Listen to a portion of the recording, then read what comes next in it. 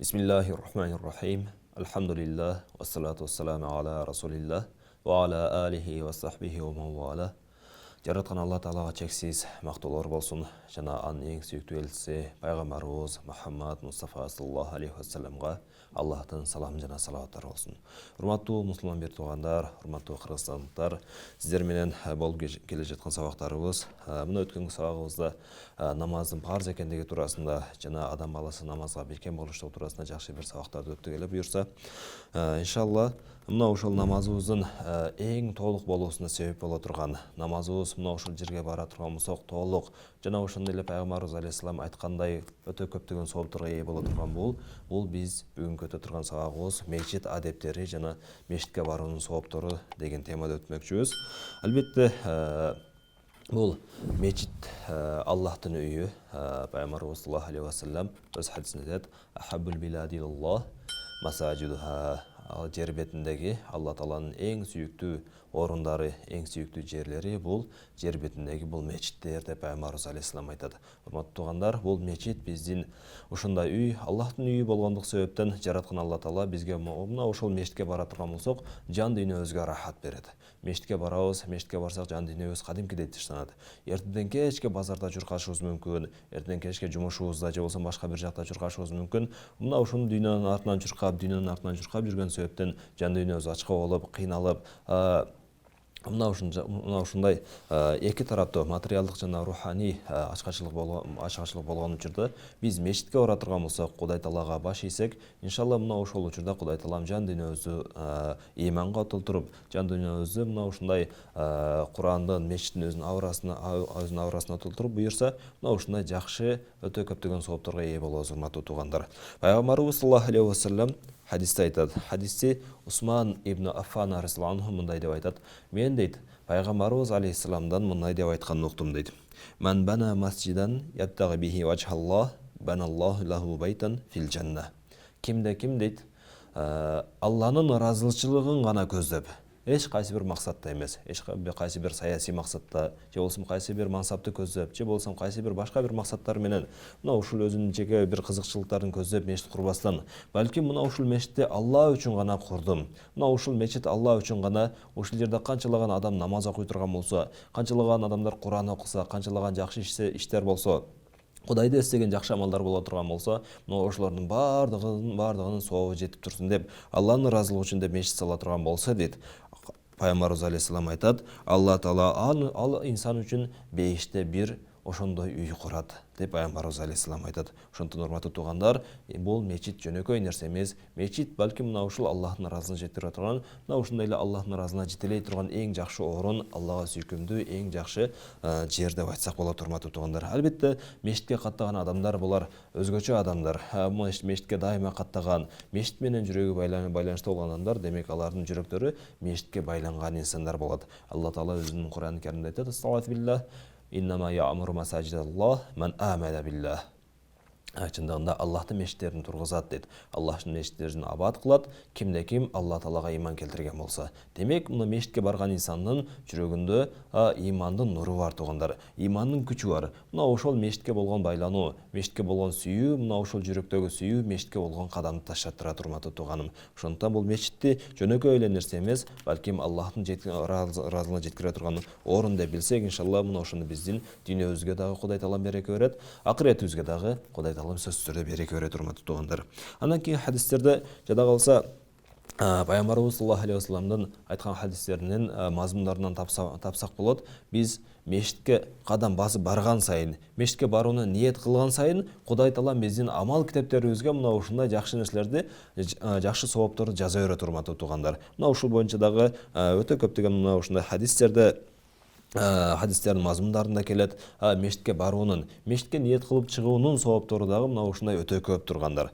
Пайгамбарыбыз саллаллаху алейхи вассалам өзүнүн хадисинде айтат: "Ан Аби Хурайра разияллаху анху кала Расулуллах саллаллаху алейхи вассалам". Азирет Абу Хурайра разияллаху анху риваят кылат. Пайгамбарыбыз алейхиссалам айтты дейт: "Ман таваддаа фа ахсана вудуаху". Кимде ким даарат алган болсо, даарат алгандагы дааратын эң жакшылап алса, парзын парздай, сүннөтүн сүннөтдөй, мустахабтын мустахабтай кылып, ар бирини өз орду менен алган болсо, сумма хаража амидан ила сала. Кийин мына ошол намаз намаз үшін дейді атайын ниет қылып мешітке жөнелді дейді. Фаиннаху фи салатин ма кана яъмиду иля сала. Қаншалаған ошо ниет қылған сайын намаз оқимын деп ниет қылып кетіп жатқан сайын ошол адам намазда тұрғанның соғын ала береді. Сіз үйіңізден шықтыңыз, урматтуу туған, үйіңізден шыққан сайын эмне ошол намазда тұрғандай, үйіңізден мешітке чейин басып барганга чейин, намазды баштаганга чейин бул адам намаз окуп жатат деген сооптарды ала берет экен, урматтуу бир туугандар. Ва иннаху туктабу лаху би ихта хутватайхи хасана. Мына ошол адам дейт, дааратын жакшылап алып, атайын мешітке барып намаз окуп келейин деп мешітте үйүнөн чыккан адам, мына ошол адам биринчи кадамын көтөргөн учурда эле эки кадамдын бирөөсүнө биринчи кадамына Кудай Таалам бир сооп жазып коет. Ватум ханху бил ихра сайиа, экинчи кадамына бир күнөөсүн кечирет дейт. Файда самия ахадукум икама фала яса. Качан силердин бирөөңөр икаматты уга турган болсо, ал шашпасын дейт. Файна азамакум ажран абадукум даран. Чындыгында силердин ажыр жагынан, сооп жагынан эң улуу сооп ала турганыңар булар силердин үйүңөрү алыстагылар деп Пайгамбарыбыз алейхиссалам айткан. Демек, урматтуу туугандар, биздин үйүбүз алыс болсо дагы, мен үйүм алыс, мешіттен барып келгенче мынча убакыт кетет деп кыйналып отурбастан, балким мына ошол ар бир басканыбыздын соопторун элестетип, мына ушундай ар бир басканыма, ар бир турганыма, ар бир келгениме, кыйналганыма Кудай Таалам ар бир мына ушундай кадам басканыма, кадамды көтөргөнүмө, койгонума өтө көптөгөн сооптор берилет деген мына ушундай ниетте иншалла мешитке бара турган болсок, Кудай Таалам үйүбүз алыс болсо дагы иншалла эч качан өзүнүн ажыр соопторунан курук калтырбайт, урматтуу туугандар. Калу лима Абу Хурайра. Алар айтышты, Абу Хурайра, эмне үчүн үйү алыста, мешіттен үйү алыстар көп соопко ээ болот деген учурда ал айтты, мин ажли касратил хута. Ал эмне басқан кадамдары көп болгондук себептен да Азирет Абу Хурайра разияллаху айтты. Демек, урматтуу туугандар, мешіттин алдында жашаган инсан менен мешіттен алыс жашаган инсандын айырмасы бар экен. Мешіттин алдында жанында жашаган инсандар, булар мешитке басып кирип эле басып чыгып, мына ошол намаз окуп коет. А бирок мешіттен алыс тургандар, мына ошол алыстан болсо дагы жамаат менен намаз окуйын деп мешитке келгендердин Кудай Таала алардын соопторун эч качан курук калтырбайт экен, урматтуу туган. Андан кийинки хадисте мына ушунун эле мазмунун айтат. Пайгамбарыбыз саллаллаху алейхи вассалам айтты, хадисте риwayat кылган кайрылы Абу Хурайра разияллаху анху, "Иза тавадда ахадукум фи байти, сумма атал масжид." Качан силердин бирөөңөр үйүнөн даарат алып, кийин мешитке келген болсо дейт. Кана фи салатин хатта яржиа. Ошол намаз окуп үйүнө кайтканга чейин бул адам намаз окуп жатат деп анын сообу жазыла берет. Намазда деген сооп жазыла берет экен, урматтуу туугандар. Сиз даарат алышыңыз мүмкүн, даарат алгандан кийин бирөө менен сүйлөшүп мешитке барышыңыз мүмкүн. Арада 5 мүнөт, 10 мүнөт, 15 мүнөт убакыт өтүшү мүмкүн, урматтуу туугандар. А бирок мына ошол атайын үйүңүздөн даарат алып, мешитке барып жамаат менен намаз окуп келейин деген максатта мешитке чыкканыңыз себептен Кудай Таала сизге эмне кылат экен, урматтуу туугандар? Мына ушундай ар бир мешитке барган сайын барып кайтканга чейин бул адам намаз окуп жатат, намазда турат деген сооптор жазыла берет дейт. Андан кийин хадисте айтат, куллу хутватин тахтуха ила салатун. Бардык кадамдар дейт, бардык кадамдар мешитке баскан кадамдар. Бардык мешитке баскан кадамдар бул намаз болуп жазылат дейт. Демек, урматтуу туугандар, биздин кадамыбыз кайсыл жакка кетип жатат? Бул намазга кетип жатат. Демек, биздин баскан кадамыбыз дагы бул намаз болуп жазыла берет дейт Пайгамбарыбыз саллаллаху алейхи вассалам өзүнүн хадисинде. Ошондон, урматтуу туугандар, ушундай нерсеге көңүл бурушубуз керек. Демек, биздин мечит үчүн чыга турган болсок, мечитке Алланын ыраазылыгы үчүн гана бара турган болсок, эч кайсы бир максатта эмес, ошон үчүн гана бара турган болсок, иншалла Кудай Таалам бизге мына ушул нерселердин соопторуну, ажырларını берет. Дагы бир ушул Имам Бухари жана Имам Муслим рахмахуллахтын риwayatында экөө тең Абу Хурайра разияллаху анху риwayat кылышат. Алар айтты, куллу хутватин тамшиха иля сала садакатун. Бардык намазга баскан кадамдын бардыгы бул садака болуп эсептелет дейт, урматтуу туугандар. Демек, жашообузда ар кандай кырдаал болот, кээде чөнтөгүбүздө бар болот, кээде чөнтөгүбүздө жок болот, урматтуу туугандар. Мына ошондуктан мына ушул нерсени үмүт кылып мешитке кадам басып барганыбыздагы бул биз үчүн жан дүйнөбүздүн бир садакасы болуп эсептелет экен, урматтуу туугандар. Ошондуктан эч качан мешитке канчалаган каттадым, мешитке бардым, бирок эч кайсы бир пайда жок, андай мындай деген нерселерди баардыгын жыйыштырып коюп, урматтуу туугандар, балким мына ушул мешитке баруунун фазилеттерин, мешитке баруунун соопторун, ошол мешитке барып намаз жамаат менен окуганын соопторун элестетсек, мешитке барып таалимде отурганыбыз, мешитке барып Куран укуганыбыз, баян укуганыбыз, ошол жерден таалим алганыбыз, мына ошол нерсе биз үчүн жан дүйнөбүзгө руханий азык болуп эсептелет, урматтуу туугандар. Мешитке бир гана Алланын ыраазылыгы үчүн гана барыш керек, андан башка эч кайсы бир максаттын кереги жок, урматтуу тууган. Андан кийин хадисибизде табииндерден, чоң бир табииндердин бирөөсү Саид ибн Мусайяб рахимахуллах, чоң бир табииндерден болот. Ал айтат, ал бир ансарлардын бирөөсүнөн риваят кылат, ал айтты дейт: "Сами'ату Расулуллах саллаллаху алейхи вассалам якул". Мен дейт, пайгамбарыбыз алейхиссаламдын минтип айтып жатканын укканмын дейт. Пайгамбарыбыз алейхиссалам айтты: "Иза тавадда ахадукум фа ахсанал вудуа". Качан силердин бирөөңөр дейт, даарат алган болсо дейт, аны ошол дааратын жакшылап алган болсо дейт. Жакшылап алган болсо, сумма хаража иля сала, кийин намазга чыкты, лам ярфа кадамайхил юмна илля катабаллаху азза ва жалла лаху хасана. Оң кадамыны көтөрүшү менен Кудай Таала ал пендеге, Аллах азза ва жалла ал пендеге бир сооп жазат. Валам яда кадамайхил юсра илля хатталлаху азза ва жалла анху сайяа. Экинчи кадамын көтөрүп жерге түшүргөнгө чейин Кудай Таала ал пенденин бир күнөөсүн кечирип коет дейт. Фалиқарриб ахадукум ау лиюаббид. Силердин бирөөңөр эми мына ушундай, урматтуу туугандар, биздин оң кадамыбызды көтөргөнгө чейин Кудай Таала бир сооп жазса, сол кадамыбызды көтөрүп түшүргөнгө чейин бир күнөөбүздү кечире турган болсо дейт. Демек пайгамбарыбыз алейхиссалам айтат: "Эми силердин бирөөңөр каалагандай кылсын" дейт. Демек кадамыңарды кааласа эмне кылсын? Жакын таштасын, же болсом кааласа алыс таштасын дейт. Фаин атал масжида фасалла фи жамаатин гуфирала. Ошентип мешитке барып жамаат менен намаз окуй турган болсо, гуфирала, ал пенденин күнөөлөрү кечирилет дейт. Фаин атал масжида ва кад саллу ба'дан. Эгерде мешитке барган болсо, жамааттын жарымы бүтүп калды. Барса имам окуп атат, намаздын жарымына келип калган. Ва бакия ба'дун, калган. Саллу ма адрак ва ма бакия кана казалик. Ошол жетишкен чогулуп жамаат менен окуп, жамаат бүткөндөн кийин кайра өзүнчө дагы калган намазын окуп бүтүрө турган болсо, буга дагы мына ушундай сооп берилет. Мындайча айтканда, ал пенденин күнөөсү кечирилет дейт. Фаин атал масжида ва кад саллау фа атамма салата кана казалик. Эгерде мешитке барган болсо, бирок барса намаз бүтүп калыптыр. Барса эле ассаламу алейкум ва рахматуллах деп имам салам берип калды. Же болсом намаздан кийинки зикирлерди кылып жатат. Барса намаз бүтүп калыптыр. Мына ошондой болсо дагы мешиттин бир чекасында туруп жакшылап намазын окуп ала турган болсо, Кудай Таала ал пенденин дагы күнөөлөрүн кечирип кое берет дейт, урматтуу туугандар. Ошондуктан мына ушул бизге мешитке барганыбыз, урматтуу тууган, мешитке барып жамаатка жетишсек дагы, жетишпесек дагы, эгер жетише турган болсок, бул нур үстүнө нур болот. Эгерде жетишпей кала турган болсок, мен жетишпей калдым деп эч кандай бир өкүнбөстөн, башка болбостон, балким кийинкилерге аракет кылам деп мына ошондой жакшы ниет менен ошол учурда дагы намазыбызды өзүбүз окуп бүтүрүп ала турган болсок дагы, Кудай Таала мына ушул хадисте айтылган фазилетти бере берет, урматтуу туугандар. Ошондуктан мына ушул мешитке барганын сооптору, ар бир кадамыбыз, ар бир баскан турганыбыз, мына ушулардын баардыгы ибадат болуп эсептелет. Мына ушул нерсени эстен чыгарбайлы, урматтуу туугандар. Андан кийин хадисте Жубайр ибн Мут'им разияллаху анху айтат: бир киши келип дейт, пайгамбарыбыз алейхиссаламдан сурады: "Я Расулуллах, о Аллахтын элчиси" дейт. "Айюл булдан ахаббу илаллах ва айюл булдан абгаду илаллах".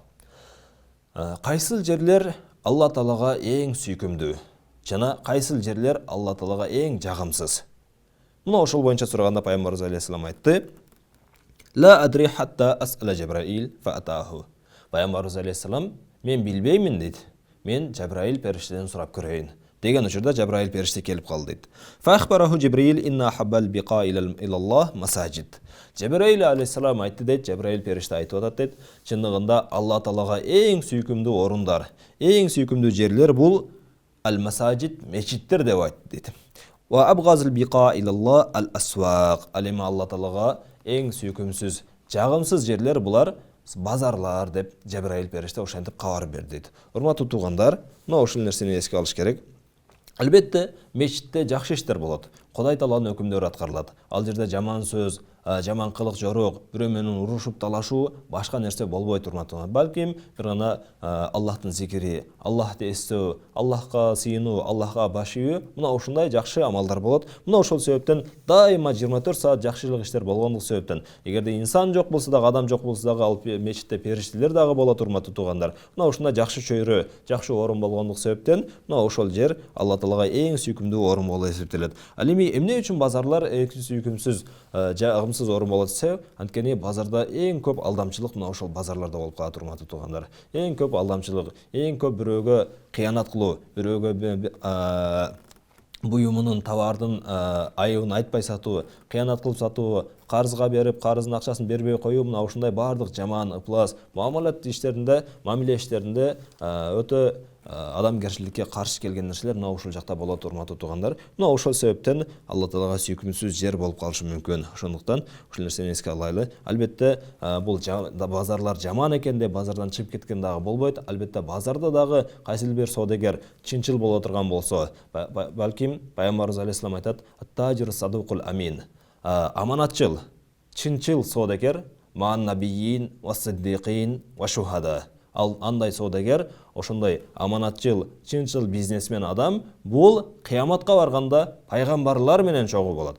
Ва сиддиқин, сиддиқ дайыма чынчылдар менен чогуу болот. Ва шухада, ата мекенин, эли жердин коргоюн деп согушта шейит кеткен инсандар менен чогуу болот деп Пайгамбарыбыз алейхиссалам айткан. Ошондон урматтуу туугандар, ар бир жер кандай болбосун, мына ошол жер адамдын өзүнө байланыштуу урматтуу тууган. Эгерде бир инсан жакшы инсан боло турган болсо, ал бир эң жаман жерге барса дагы ошол жерге барып жакшылыкты жайылтып, мына ошол жерди көрктөндүрүп, шарктандырып, жашылдандырып, мына ушундай жакшы абалга алып келет. Эгерде бир инсан өзү жаман болуп туруп дагы бир жакшы жерге алып барып койсоңуз дагы, ал жакшы жерде барып алып дагы ал инсан ошол жерди бузат урматтуу туугандар. Ошондуктан кайсыл гана жер болбосун, ал адамдын өзүнөн болуп эсептелет. Бир нерсени бузуп, мына ошентип кыйратып, жаман акыбалга алып келе тургандагы бул инсан болуп эсептелет. Бир нерсени жакшылап, аны дагы өсүнө дагы кошуп, мына ушундай жакшы абалга алып келе тургандагы бул инсандын өзү болуп эсептелет урматтуу туугандар. Ошондуктан жашообузга кандай гана убакыт, кандай гана нерсе болбосун, ал нерсени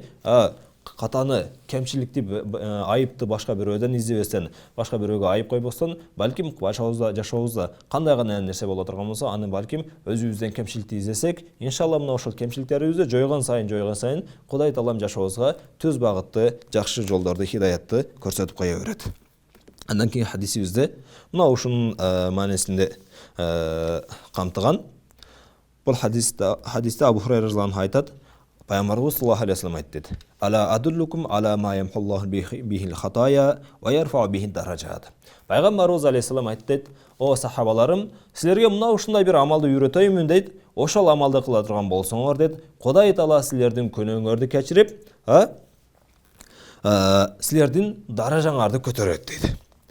Калу бала я Расулуллах. Албетте сахаба радhiyallahu алар мына ушундай амал кылганга дайыма шоук болушкан. Азыркы учурдагыдай бул хадис заифби, сахихби, же андайбы, мындайбы, буга амал кылсак болобу, болбойбу, кайсы китепте келген, кандай далилиң бар, андай мындай деген эмес урматтуу туугандар. Сахабалар Пайгамбарыбыз алейхиссаламга 100% эргешкен инсандар болгон. Пайгамбарыбыз алейхиссалам айтты, мына ошол нерсени аткарган урматтуу туугандар. Мына ошондой чыныгы инсандар болгон. Алар жакшылык иште дайыма жарышат эле. Жакшылык иште дайыма жарышат эле. Мына ошол сахабалар айтса: "О Алланын элчиси, бизге үйрөтүңүз" деди. Мына ушундай биз кылсак, баардык күнөөлөрүбүз кечириле турган болсо, жана Кудай Тааланын алдында даражаларыбыз көтөрүлүп бийик боло турган болсо, мына анда ошондой амалды бизге айтыңыз дегенде, Аллахтын элчиси айтты: "Исбагул вуду алал макари."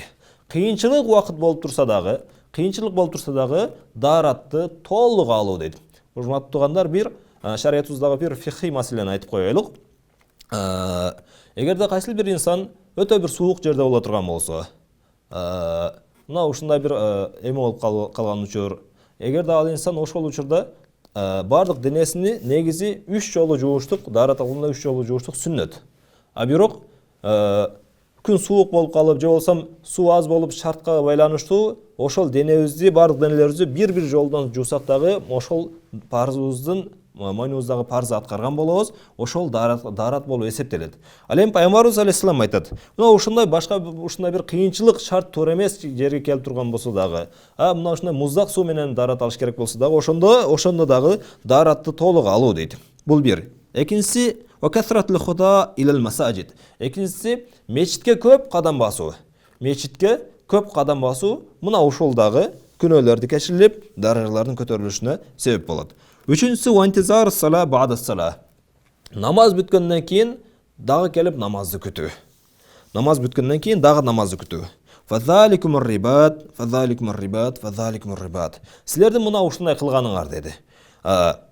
Кыйынчылык болуп шартка туура келбей жатса дагы даратты толук алуу, экинчиси мечитке көп кадам таштоо, үчүнчүсү намаздан кийин дагы намазды күтүп отуруу. Мына ушул 3 нерсе силердин бул кылганыңар мына ушундай элимди жеримди коргойм деп мекен чегинде, чек арада мына ушундай түндүн жарымы болсо дагы кирпигин кыймылдатпастан чек араны коргоп турган мына ушул инсандардай ошондой сооп аласыңар деп пайгамбарыбыз алейхиссалам мына ошентип айткан, урматтуу туугандар. Демек, мына ушул нерсени эске алыш керек. Ар бир учурда дагы даратыбызды толук алсак, иншалла боло берет экен да деп эле сүннөттү, мустахабты таштап койгондагы бул туура эмес туугандар. Ошондуктан мына ушул нерсени эске алайлы. Андан кийин хадисинде пайгамбарыбыз алейхиссалам айтат: "Саласатун куллухум даминун алаллах." 3 түрдүү адам бар дейт, бардыгы Алла Тааланын коргоосунда болот дейт. Ин аша ризqa ва куфия. Эгерде жашай турган болсо, Кудай Таала ал пенделердин ырыскысын бере берет, жана Кудай Таала ал пенделерге өзү жетиштүү боло берет дейт. Ва ин мата адхалахуллахул жанна. Эгерде ошол инсандар, ошол 3 түрдүү адам дүйнөдөн кайтып кете турган болсо, Кудай Таала ал пендени бейишке киргизет дейт. Бул ман дахала байтаху фасаллама фахуа даминан аллах. Биринчиси, кимде ким үйүнө кире турган болсо, үйүнө киргенден кийин үй бүлөсүнө салам айтты. Үйүнө келип ассаламу алейкум ва рахматуллахи ва баракатух деп үйүнө кирип келди. Бул адам Алла Тааланын коргоосунда, Алла Тааланын жоопкерчилигинде болот деп пайгамбарыбыз алейхиссалам айтат. Экинчиси, ومن خرج إلى المسجد فهو ضامن على الله. Кимде ким мешитке чыга турган болсо, мешитке кадам таштап үйүнөн баштап чыкты, бул дагы Алла Тааланын коргоосунда, Алла Тааланын кепилдигинде болот деп пайгамбарыбыз алейхиссалам айтты. Оман хаража фи сабилилlah. Үчүнчүсү, кимде ким Аллахтын жолуна чыга турган болсо, фахуа даминун алаллах, бул пенде дагы Алла Тааланын коргоосунда, Алла Тааланын жоопкерчилигинде болот. Урматтуу туугандар, ошондуктан ушул 3 түрдүү амал, үйгө кирип салам айтуу, мешитке чыгуу, Алла жолуна чыгуу, мына ушул учурларда, урматтуу туугандар, эч качан биз ойлонбошубуз керек. Эч качан ойлонбошубуз. Мешитке кадам таштап кетип атсак, мешитке барсам кандай экен, мындай экен деп дебестен эле, балким Кудай үчүн соопту Кудайдан үмүт кылып чыга турган болсак, иншалла ошол учурда Кудай Таалам биздин жоопкерчилигибизде Кудай Тааланын коргоосунда болобуз, урматтуу туугандар. Эч качан ойлонбош керек, кыйналбаш керек, урматтуу туугандар. Мешитке чыкканыбыздагы жана Аллах жолуна чыкса дагы эч качан ойлонбойлу. Аллах жолуна чыккан учурда мен үй бүлөм эмне болот, башка болот, балким ал нерсенин бардыгын эмне кылайлы, камсыздап берип, мына ушундай нерселерди аткарып турган болсак, иншалла ар бир шариаттагы талаптарды аткарсак, буюрса Кудай Таалам ар бир ишибизге өзү жетиштүү болот, урматтуу туугандар. Андан кийин хадисте мешитке келген инсандар туурасында болмошу, урматтуу туугандар. Дайыма мешитке келип жүргөн адамдар. Жүрөгү мешитке байланган инсандар, алар өзгөчө инсандар, урматтуу туугандар. Дайыма мешитке барган инсандарды, аларды сөгүп жиркип, андай кылбай кемситкен, таксыр, дагы бир нерсе деп, андай кемчиликтүү сөздөр менен айткан жакшы эмес, урматтуу туугандар. Алар мешитте эмне үчүн жүрөт? Ошол мешитте алардын жүрөктөрү мына ошол иманга толгондук себептен, Кудай Таалага болгон сүйүүсү бар болгондук себептен, Кудай Тааланын өкүмдөрүнүн аткарганга бир жүрөгүндө бир кызыгуу, шоук бар болгондук себептен мына ушундай жакшы амалдар менен, жакшы иштер менен алик болуп жүрөт, урматтуу туугандар. Мына ошол инсандардын фазилеттери туурасында дагы пайгамбарыбыз алейхиссалам өзүнүн хадистеринде айткан. Ошол хадистерди иншалла бир хадис бар, мына ошол нерсе хадистерди айта кетели. Хадисти Hazreti Abu Hurayra разияллаху анху айтат. Ал айтат, мен дейт, пайгамбарыбыз алейхиссаламды мындай деп айткан уктум. Якул, ал айтты: "Саб'атун изиллухумуллаху фи зиллихи яума ла зилла илля зиллух." 7 түрдүү адам бар дейт. 7 түрдүү адам бар. Мына ошол 7 түрдүү адамдар кыямат күнү дейт, эч кайсы бир көлөкө жок болгон учурда, Эч кайсы бир көлөкө жок. Адамдардын бардыгы өзүнүн күнөөсү менен оора болуп, эмне болот экен, акыбалым кандай болот экен, бейишке түшүп каламынбы же болбосо тосокко түшүп каламынбы. Мына ушундай ар кандай ой пикир менен эч бир ошол учурда Алла Таала Куранда баяндайт. Яума яфиррул мар'у мин ахи. Кыямат күнү болгондо инсан баласы өзүнүн бир тууганынан качып калат. Ва уммихи ва аби, өзүнүн атасынан, энесинен качып калат. Ва сахибатихи ва бани, өзүнүн аялынан жана өмүр бою мына ушул балдарым деп жүргөн балдарынан дагы качып калат. Ликулли мриин яума изин шаънун югни. Ошол күнү ар бир инсанга өзүнө жетишерлик проблемасы болот, башка бирөөгө карабай калат, урматтуу туугандар. Мына ошондой күндө, ошондой күндө эч кайсы бир көлөкө жок болгон учурда Кудай Тааланын көлөкөсүндө тура турган пенделер, ушул 7 түрдүү пенделер бар дейт. Алар биринчиси ал-имамул адил, адилеттүү жетекчи дейт. Кайсы бир жерге жетекчи болуп барган. Мына ошол жерде дагы кандай гана жетекчи кызматта болбосун, эң адилеттүүлүк менен жетекчилик кылган болсо, мына ошол адилеттүү жетекчи дагы, адилеттүү башчы дагы кыямат күнү Кудай Тааланын көлөкөсүндө коргоосунда болот. Бул бир. Экинчиси шаббун наша фи ибадатиллахи азза ва жалла. Экинчиси мына ушул Аллахтын ибадатында дайыма чоңойгон жаш жигит. Кичинекейинен баштап Алла Таалага ибадат кылган, ошентип дайыма кичинекейинен баштап жакшы иштерди кылып жүрүп, ошентип өмүр өткөн. Жаштыгынан баштап Куран окуган, жаштыгынан баштап мешитке каттаган, жаштыгынан баштап жакшы иштер менен алек болуп жүргөн. Мына ушундай жаш жигит дагы, Алла Тааланын ибадатында чоңойгон жаш жигит дагы, бул дагы кыямат күнү мына ушундай Алла Тааланын көлөкөсүндө болот, урматтуу туугандар.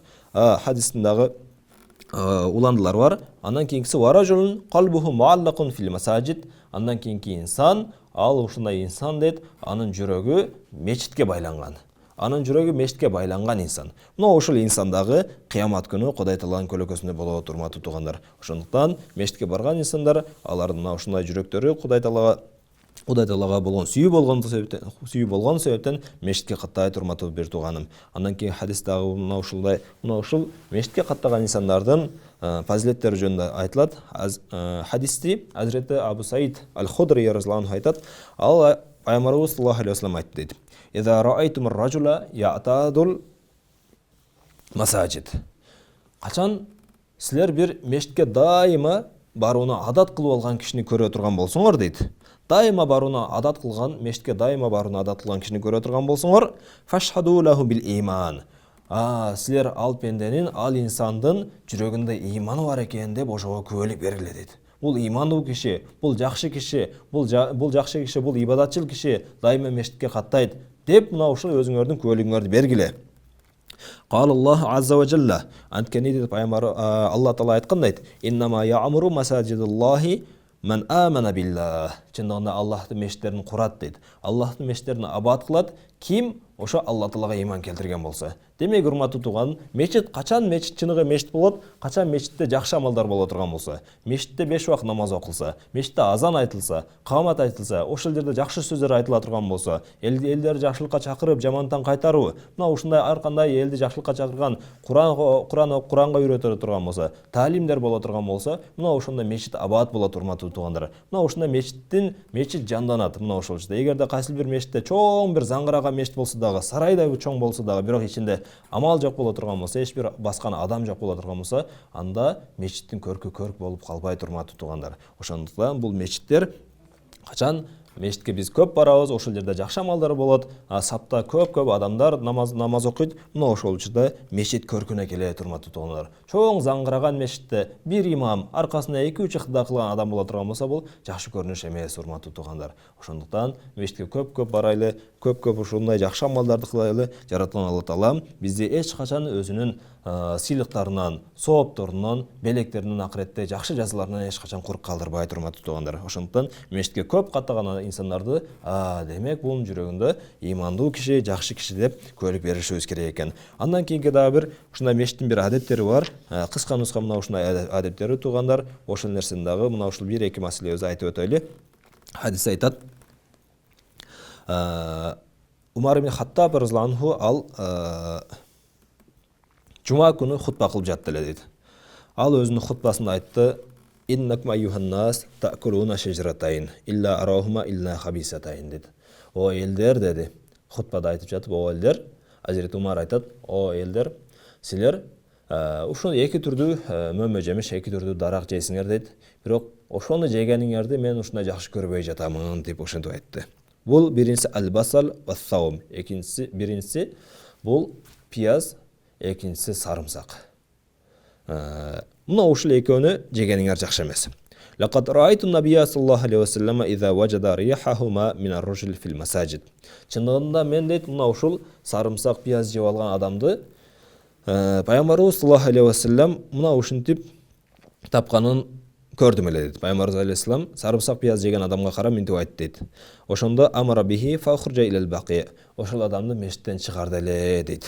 Фаман акалахума фалюмитхума табхан. Кимде ким сарымсак, пияз жегиси келе турган болсо дейт, ошол нерсени бышырып, ошол жытын өлтүрүп, анан кийин жесин деп ошентип айткан экен Hazreti Umar ибн Хаттаб разияллаху. Ошондон урматтуу туугандар, оозубуз жыттанып, мына ушундай жакшы эмес абалда бул мешитке барганыбыз, бул да жакшы эмес. Негизи эле жалпы эле коомдук жайларга барганда таза кийимдерибизди кийип, жыттанбастан, колтугубуз, оозубуз жана башка бутубуз ошол жерлер жыттанбастан жакшы абалда барып, башка бирөөлөргө зыян бербестен барганыбыз бул эң жакшы болот, урматтуу туугандар. Бул эң жакшы. Мына ушул маданияттын башы ислам динибизде дагы мына ушундай пияз жеп, чеснок жеп жыттанган абалда башка бирөөлөрдүн эл чогулган жерлерге барбагын деген маани чыгат, урматтуу туугандар. Эл чогулган жерге барбагын, эгерде жыттаны башка болуп дагы. Ошондон урматтуу туугандар, мына ушул нерсени эске алалы,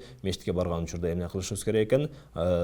Оозубузду, бутубузду, башка жыттана турган жерлерибиздин баарын тазалап, жакшы абалда бара турган болсо, иншалла, башка бирөөлөргө дагы зыян бербейбиз, жада калса периштелерге дагы зыян бербейбиз, урматтуу туугандар. Албетте, периштелер дагы мына ушундай чеснок, пияз жеп ооз жыттанган адамдан жийиркенип качат экен, урматтуу туугандар. Ошондуктан ушул нерседен этият болушубуз керек. Маданияттын, тазалыктын эң башы мына ушул ислам дини өз тазалыкка үйрөтөт, урматтуу туугандар. Андан кийин хадисте Пайгамбарыбыз алейхиссалам айтты дейт. Пайгамбарыбыз алейхиссалам алдында ошол пияз, сарымсак жана ушундай эле жашыл пияз деп коет. Мына ушундай жалбыракка окшоп узун болуп өсө турган пияз, мына ошолор боюнча айтылып калды дейт. Ал айтылды, о Алланын элчиси, ашадду залика куллихи ас-саум афатухарримуху. О Алланын элчиси, мына ушунун эң эмеси, эң катуу жыттанганы, өтө катуу жыттанганы бул сарымсак болот. Ошону жебей эле коеюнбу, арамга чыгарып коеюнбу деп ошентип бир суроо болуп калды дейт Пайгамбарыбыз алейхиссаламга. Пайгамбарыбыз алейхиссалам айтты дейт: "Кулуху, аны жей бергиле, аман акалаху минкум фала яқраб хазал масжид хатта yazhaba рихуху мин." дейт. Кимде ким ошо сарымсак жеген болсо дейт, мешитке келбей турсун. Ошол адамдын оозунан ошо сарымсактын жети кеткенге чейин деп Пайгамбарыбыз алейхиссалам мына ошол нерсени үйрөттү дейт, урматтуу туугандар. Ошондуктан мешитке келген учурда таза болуп келсек, иншалла, бутубуз жыттанбаса, колтугубуз жыттанбаса, оозубуз жыттанбаса, иншалла ошондо мешитке дагы бир көрк болот. Болбосо ар ким эле кирип жыттанган буту менен кирип чыга бере турган болсо, ал жакта жыты калат, башка болуп калат. Ошол жердеги салынган жаңы паластардагы чоң паластар жыттанып башка абалда болуп калат. Андай паластарды чыгарып жууш дагы, башка кылыш дагы мешит имамдары үчүн, ошол жердеги сопу азанчылар үчүн дагы өтө чоң бир түйшүк айланат, урматтуу туугандар. Ошондуктан иншалла Аллахтын үйү болгондон кийин ал жерге барып, ар кимибиз өзүбүздүн колдон келишинче салымыбызды кошушубуз керек. Андан кийин дагы бир маселе, урматтуу туугандар, шариятыбызда аялдардын мешитке каттоосу, мына ушул нерсе, мына ушул кандай каралат? Азыркы учурда көпчүлүк аялдарыбыз бардыгы мешитке каттап намаз окуганды жакшы көрөт. Бирок бул нерсе дагы зарчылык болсо, сапарда болуп калган учурда, же болсом башка бир жерде жүрөт, же болсом дагы бир ошондой намаз убактысы чыгып кетип жатат, ошол учурда гана зарчылык болгондо аял киши мешитке барып намазын окуп алган болсо жакшы. Бирок эгер эч кандай бир зарчылык жок боло турган болсо, намаздын убактысы кенен, анда аял киши шариятыбызда эң жакшысы мына ошол үйүнө барып, өзүнүн үйүндө намаз окуган бул эң жакшы болот, урматтуу туугандар. Эң жакшы. Ошондуктан ушул боюнча дагы бир хадисти айтып өтөлү. Умму Хумейд, Абу Хумейд ас-Саиди разияллаху аялы Умму Хумейд разияллаху келди дагы Пайгамбарыбыз алейхиссаламдан сурады: "Я Расулуллах, Алланың елшісі деді: «Инни ухиббу салата маак». Алланың елшісі, мен сіз менен чогуу намаз окууну каалаймын. Албетте Пайгамбарыбыз алейхиссаламдын орунда имамчылыкка Пайгамбарыбыз алейхиссалам өзү чыгат эле. Мен сиз менен намаз окууну жакшы көрөм дегенде айтты: «Кад алимту аннаки тухиббина ас-салата маи». Мен билип турамын деди. Чындыгында сен мени менен чогуу намаз окуганды жакшы көрөсүң деди. «Ва салатука фи байтик хайру мин салатики фи хужратик». Сен дед үйүңдө намаз окуганың бул үйүңдө намаз окуганың өзүңдүн бөлмөңдө намаз окуганыңа караганда жакшыраак. «Ва салатики фи хужратик». Өзүңдүн бөлмөңдө намаз окуганың хайру мин салатики фи дарик. Өзүңдүн короогоңдо намаз окуганыңдан жакшыраак. «Ва салатики фи дарик». Өзүңдүн короогоңдо намаз окуганың хайру мин салатики фи масжиди каумик. Өзүңдүн коомуңдун, элиңдин, айылыңдын мешитинде намаз окуганыңга караганда өзүңдүн коргонуңда намаз окуганың жакшыраак. «Ва салатука фи масжиди каумик хайрун мин салатики фи масжиди». Ал эми өзүңдүн айылыңдын, коомуңдун мешитинде намаз окуганың бул менин мешитимде намаз окуганыңа караганда жакшыраак деп Пайгамбарыбыз алейхиссалам айтты. Ошондон урматтуу туугандар, аял кишилер көбүнчө эң жакшысы үйүндө намаз окуганы жакшы. Анткени аял киши аврат маселеси. Аура дейт. Аял киши бул аврат болуп эсептелет. Ошондон намазда турган учурда дагы аял кишилер колдон келишинче авраттарын жаап, эркектердей болуп колдорун чыгарып, же болсо үрүкү сажда кылган учурда дагы аялдардын үрүкү саждасы такыр башка. Ошондон урматтуу туугандар, ушул нерсени эске алайлы. Мешитке келип намаз окуу башка кылган учурларда эми ар кандай учурлар болот. Заман ар кандай. Ошондон иншалла ушул нерсени эске алайлы. Мына ушул сахабия аялга үйүнүн жанына бир мешит куруп бер деді. Ошол аял Умму Хумейд разияллаху анха өмүрүнүн аягына чейин, өмүрү өткөнгө чейин ошол мешитте, үйүнүн жанындагы мешитте намаз окуп, мына ошого чейин намаз окуп дүйнөдөн кайтты дейт, урматтуу туугандар. Ошондуктан мына ушул аялдардын үйүндө намаз окуганы эң абзел, эң жакшы. Жараткан Алла Таалам бардыгыбызга мына ушул айтылган аяттарга, хадистерге туура, толук амал кылганга тавфик берсин. Ва ахиру даъвана алхамдулиллахи раббил аламин.